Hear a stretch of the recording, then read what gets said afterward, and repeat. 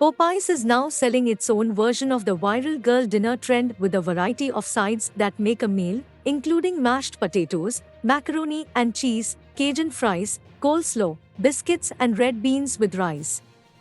Unlike a traditional combo deal, this promotion consists of side dishes that have to be ordered individually.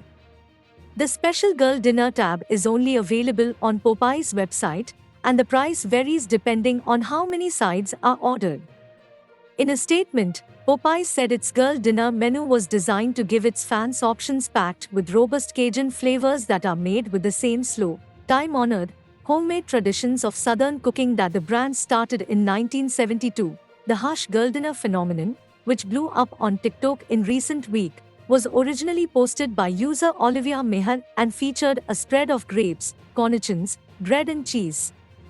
The New York Times describes it as an aesthetically pleasing Lunchable, an artfully arranged pile of snacks that, when consumed in high enough volume, constitutes a meal.